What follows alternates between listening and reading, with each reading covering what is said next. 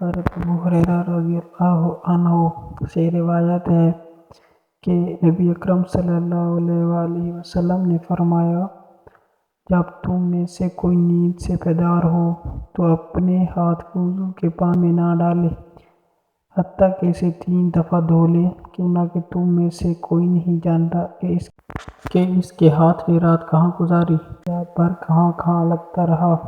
سنن النسائی حدیث نمبر 1۔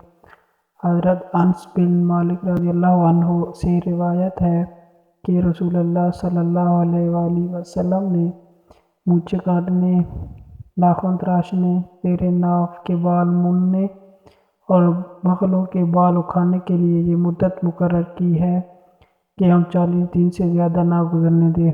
سنن النسائی حدیث نمبر 14۔ حضرت رافع بن اسحاق رضی اللہ عنہ سے روایت ہے، آپ فرماتے ہیں کہ میں نے حضرت ابو ایوب انصاری رضی اللہ عنہ کو شہر مصر میں یہ کہتے ہوئے سنا، اللہ کی قسم میں نہیں جانتا کہ ان بیت الخلاؤں کو کیا کروں جو کہ قبلہ رخ بنے ہوئے ہیں، حالانہ کہ اللہ کے رسول صلی اللہ علیہ وآلہ وسلم نے فرمایا، جب تم میں سے کوئی بول و براز کے لیے جائے تو قبلے کی طرف نہ منہ کرے نہ بیٹھے۔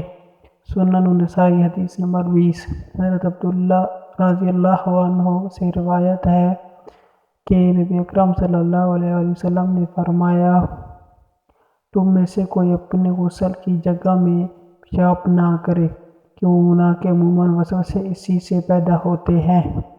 سنن النسائی حدیث نمبر 36۔